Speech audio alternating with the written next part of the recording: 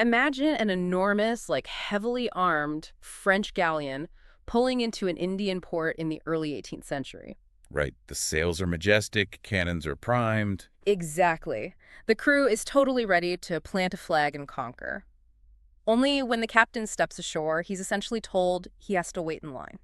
Yeah, fill out some paperwork. Right. Fill out paperwork and pay mandatory fees to a local syndicate of sword-wielding Christian pepper farmers. It completely shatters the standard historical script we carry around in our heads, you know? I mean, we were so conditioned to view European colonialism as this one-way street of exploitation. Where the imperial power just dictates the terms. Exactly, and the indigenous population is either immediately crushed or just slowly subjugated. That is not what happened here. No, not at all. Welcome to today's deep dive. We are looking at a massive stack of historical sources today. We've got French administrative logs, commercial ledgers, and some incredibly dramatic missionary diaries. It's a lot to go through, but our mission today is to uncover how a specific ancient indigenous community in India managed to hold the upper hand against a major European colonial power. Yeah, we're exploring the surprisingly complex and honestly largely unknown relationship between the French East India Company and the Syrian Christians of Kerala. Historically known as the Nasrani. Right. And what the sources reveal is just a masterclass in leverage. Oh, absolutely. We are going to examine how the Nasrani maintained their autonomy, dictated the economic terms, and essentially forced the French Empire to play by local rules. To really grasp the mechanics of this, we need to transport ourselves to the Malabar coast in the 17th and 18th centuries. The global spice race is just in full swing at this point. And the French arrived notoriously late to the party. I mean, they only established their base in Mahé around 1721. Yeah, they are desperate to catch up. The Dutch, the English, and the Portuguese have been carving up influence there for decades. And their motivation for rushing in is rooted in what was called a mercantilist vision, right? Championed by the French Minister of Finance, Jean-Baptiste Colbert. Exactly. Mercantilism basically argued that there is a fixed amount of wealth in the world. Like a pie that can't get any bigger. Right. So national survival depends on hoarding as much of that pie as possible through state-sponsored monopolies. Got it. And for the French, this entire grand strategy of national prestige hinged on securing one specific commodity. Pepper. They called it black gold. Yeah, black gold. And I think it's easy for us today, walking down a grocery store aisle, to really underestimate pepper. Oh, for sure. It's just a basic condiment now. Right. But back then, it was essential for preserving meat through long winters. It masked the taste of food that was going bad. And, I mean, it functioned almost like a global currency. It was incredibly valuable. But the thing is, the French couldn't just march into the jungle and harvest it themselves. No, they hit a massive, totally unchosen intermediary roadblock. Because the pepper didn't grow on the coast. It grew up in the Western Ghats, the mountainous hinterland. Right. And the people who literally owned those pepper gardens were the Syrian Christians, the Nasrani. Okay, let's unpack this. Because when we hear the phrase religious minority, our modern brains often default to thinking of a marginalized or, disenfranchised group. Which is a fair assumption today. Yeah. But the sources paint the exact opposite picture here. Right. The Nasranis were the aristocratic trading elite, and they didn't just grow the pepper. No, they were the absolute logistical hinge connecting the inland farms to the coastal ports. And the level of organization is staggering when you read these commercial ledgers. Oh, it's wild. They operated powerful autonomous trading guilds called the Managram. Yeah. They controlled the inland markets, known as engadis, which were strategically built around their local churches. Which is fascinating because the church wasn't just a place of worship. Exactly. It was a secure center of commerce. So if you're a French merchant, you simply cannot bypass them. It makes me think about how vulnerable we are to supply chain shocks today. Oh, like when a single ship gets stuck in a canal? Yes, or there's a microchip shortage and entire industries just grind to a halt. The Nasrani were the microchips of the 18th century spice trade. That's a great way to put it. It's like a modern-day tech monopoly that holds all the essential patents. The French East India Company is just a developer trying to launch their new app. The app being exporting pepper, cardamom, cinnamon, and teak to Europe. Exactly. But to run that app, they have absolutely no choice but to use the Nasrani's operating system. The analogy holds up perfectly when you look at the port cities, too.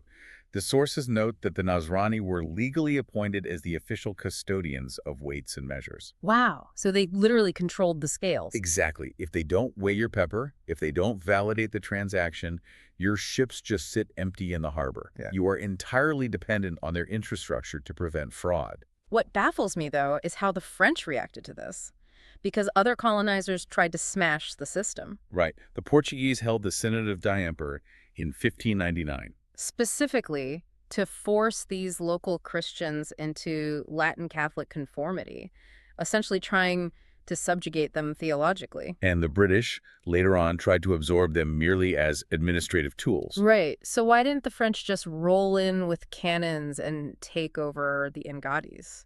Honestly, because they couldn't afford to. Oh, really? Yeah.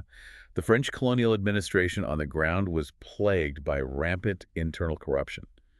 And they had a chronic lack of funding from Paris. So they were institutionally weak from the start. Exactly. What's fascinating here is that the French employed what historians in these sources call a pragmatic intellectualism. Pragmatic intellectuals. Yeah, they realized they were utterly dependent on the stable, honest trade networks of these merchants. They just didn't have the military or financial bandwidth to be ideological conquerors. So how does a minority religious group gain such an absolute stranglehold on the economy in the first place? I mean, it can't just be about having good business acumen. No, to hold a monopoly like that for centuries, Yeah. you need serious institutional power. Right. And it basically comes down to two things: ancient social status and literal firepower. Okay, let's get into that. So the Nasrani's leverage was deeply embedded in the social hierarchy of Kerala.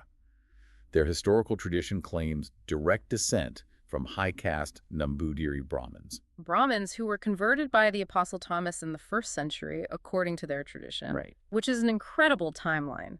While parts of Western Europe were still figuring out the basics of tribal agriculture, this community is tracing its Christian lineage back to the original apostles in India. It's a massive source of prestige. And this origin tradition was functionally vital to their survival. It allowed the Nasrani to rank socially equal to the Nairs. And the Nairs were the traditional martial class of the region. Exactly. This elite status was legally codified back in 825 AD through the Krelon copper plates. The copper plates. Think of these plates as an ancient, indestructible constitution. That's exactly what they were. They granted the Christians significant autonomy, tax exemptions, and the right to regulate their own affairs. Here's where it gets really interesting and where I actually have to push back on our traditional understanding of what a Christian community looks like. Go for it. I'm reading these sources, and there is a massive contradiction that leaps off the page. The texts specifically note that the Nasrani practiced untouchability. Yes, they did. They maintained strict ritual purity. They enforced endogamous marriage laws, meaning they strictly married only within their own group. To preserve their Brahmin and Jewish ancestry. Yep. Right. So if the French were a Western European Catholic power, how on earth did they justify cooperating with local Christians who were actively enforcing Hindu caste laws? It definitely seems like a paradox to a modern reader, but it gets to the very heart of that French pragmatism we talked about. They just ignored it. The French administrators made a highly calculated legal choice. When it came to disputes in daily governance, the records show they chose to judge the Nasrani by the, quote, laws, uses, and customs of their respective castes. Completely bypassing the French civil code. Completely. They just threw their own legal system out the window. They recognized the geopolitical reality. For the Nasrani, these practices weren't just like religious superstitions. They were the structural pillars of their aristocratic survival. Ah, I see. If the Nasrani abandoned their caste markers, they would lose their social parity with the Nairs. Which means they'd lose their influence with the local Rajas of Kochi and Travancore. Exactly. And ultimately, they would lose the pepper monopoly. The French needed the pepper to flow, so they protected the social structure that allowed it to flow. Wow. And it wasn't just social influence either. They backed up that legal autonomy with actual swords. Yes, they were literal warrior merchants. The records detail how they maintained their own martial arts schools called Kalaris. Where young men were trained to fight. Right. And they fought as elite soldiers for those local Rajas. You did not mess with the Nasrani pepper caravan because it was guarded by heavily armed, expertly trained fighters. Some European observers describe them as holding regal power.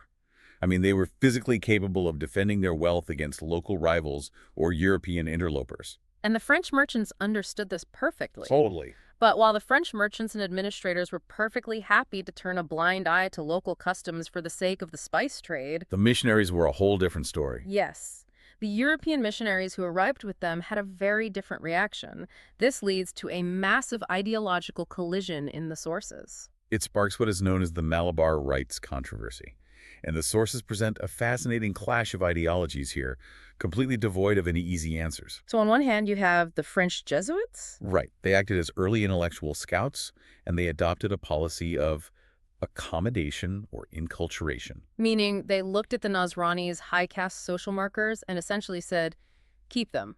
Yeah, the Jesuits allowed them to wear the sacred thread, keep the traditional tuft of hair, and perform ritual baths to cleanse themselves after interacting with lower castes. They even permitted indigenous wedding rituals, like the groom tying the thali, which is a culturally significant necklace or sindoor around the bride's neck instead of exchanging rings. And the Jesuit argument for this was sociological.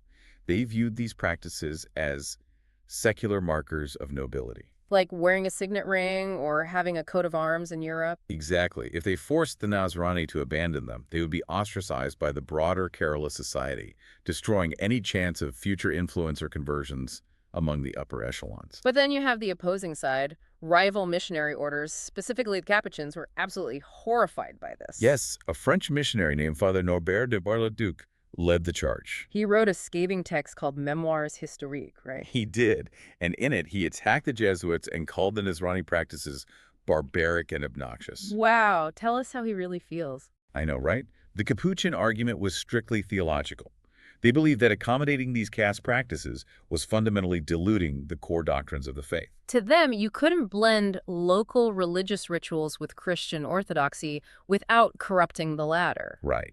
And this wasn't just a local debate, it escalated all the way to the Vatican. And what happened? It resulted in a series of papal bulls that officially ruled against the Jesuit practice of accommodation. So what does this all mean? We have these European factions fighting over how an ancient Indian community should practice a religion they've held for 16 centuries. It's wild. But looking at the broader picture, it seems the European missionaries were attempting an impossible task, trying to surgically untangle religion from caste.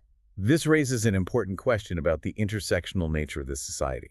In 18th century Kerala, those two things were inextricably linked. You couldn't strip away the caste practices without destroying the community's entire economic and physical safety net. Exactly. The European perspective required clear boundaries between the secular and the sacred. The Nasrani perspective just did not. And the French records describe the Nasrani as being supremely conservative, fiercely defending an identity that they felt was lost in antiquity. And this friction didn't just stay in letters to Rome, it led to a massive physical fracture. The Kunin Cross Oath. Yes, the sources highlight the famous Kunin Cross Oath of 1653, where a massive faction of the Nasrani literally tied ropes to a stone cross and swore a collective oath to reject Jesuit and European control entirely. It's such a powerful image. The heavy-handedness of the religious imposition almost cost the Europeans their connection to the community forever. That oath was a massive turning point. It proved that the Nasrani would rather risk their relationship with the global empire than compromise their local autonomy. Which makes what happens next so compelling. Because after the chaos of the rights controversy and the Kunin Cross Oath, the colonial approach has to pivot. Right. A new, heavily French-influenced mission steps in to try and stabilize the region. And in doing so, they accidentally lay the groundwork for the modern era. Following the rejection of the Jesuits, Rome sent the Discalced Carmelites as a reconciliation mission. Establishing what was called the Vicariate of Verapoli. Exactly. And what's crucial here is the shift in methodology. Rather than sending enforcers, they sent scholars. The French supported polyglot missionaries, most notably a brilliant linguist named Paulinus Sancto Bartholomeo. He spent years simply studying the community, mastering their languages, and documenting their ways. The shift from subjugation to infrastructure is wild to read about. It wasn't just about ecclesiastical stability, right?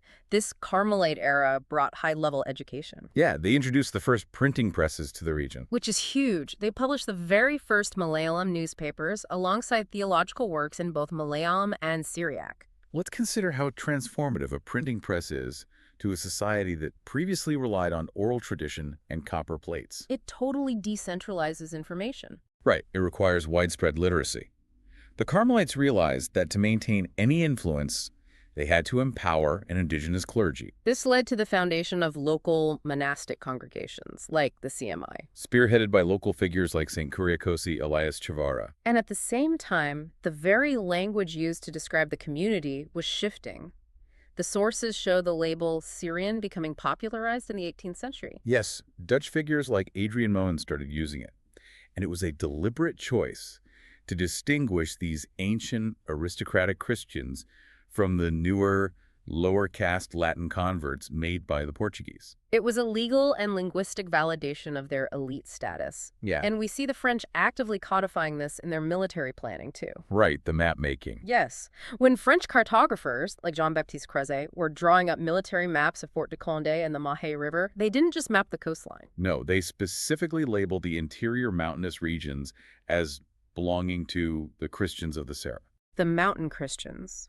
The French Empire was literally mapping out the Nasrani's sovereign monopoly on official military documents. If we connect this to the bigger picture, this French and Carmelite documentation, combined with the new educational infrastructure, fundamentally rewired the Nasrani. How so? Well, as the 18th century closed out, the geopolitical landscape fractured. The Mughal Empire was collapsing, European monarchies were falling into revolution. and the British were taking definitive control of India. The era of the sword-wielding spice merchant was drawing to a close. But because of the educational foundations laid during that messy, pragmatic French and Carmelite period, the Nasrani didn't collapse with the spice trade. No, they transitioned. The printing presses and the universities allowed them to evolve from regional warrior merchants into a highly educated indigenous middle class. They traded their Kalaris for classrooms. When the British began building a modernizing state in India, they found a ready-made demographic of cosmopolitan entrepreneurs. Who were perfectly positioned to administer it. They navigated the ritual dynamics of caste and the maneuvers of multiple European empires with astonishing stamina. They really did. Which really brings this whole deep dive back to you, listening right now. We constantly navigate environments today where massive corporate monopolies or sweeping political forces make us feel entirely powerless. Oh, absolutely. But the Nasrani offer a historical masterclass in identifying and leveraging your unique value. They understood exactly what made them indispensable. Whether your leverage is controlling the global supply of pepper, being the undisputed martial artists in your region, or just possessing irreplaceable local knowledge that a giant institution needs. The Nasrani proved that if you hold the keys to the operating system, you can force empires to negotiate on your terms. You don't have to have the biggest ships to dictate the rules of the game. Autonomy is maintained by becoming the one variable the system cannot function without. I want to leave you with one final provocative thought to mull over. One that wasn't the main focus of our discussion, but lingers in the background of these sources. Yeah, this is a fascinating point. The texts mention that the Nasrani lived in a medically pluralistic society, meaning they navigated multiple different medical and healing traditions. Right. And they fought fierce battles against both colonial impositions and what they viewed as demonic powers. They fiercely guarded their independence. A deeply complex, self-reliant worldview. Yet consider this paradox. Much of the intricate detail we know today about that fierce independence, the nuances of their high caste status, their economic monopolies, their exact social customs. It all survives entirely because of the meticulous civil registers, the letters, and the military maps created by the very French Empire that originally arrived to exploit them. Exactly. The colonizers' paperwork became the enduring proof of the colonized power. It's an incredible irony. Which leaves us with a lingering question to explore on your own. If the intricacies of your community's identity, your acts of resistance, and your ancient traditions are preserved primarily in the archives of a foreign power, who really owns your history? Something to really think about. Thanks for joining us on this deep dive.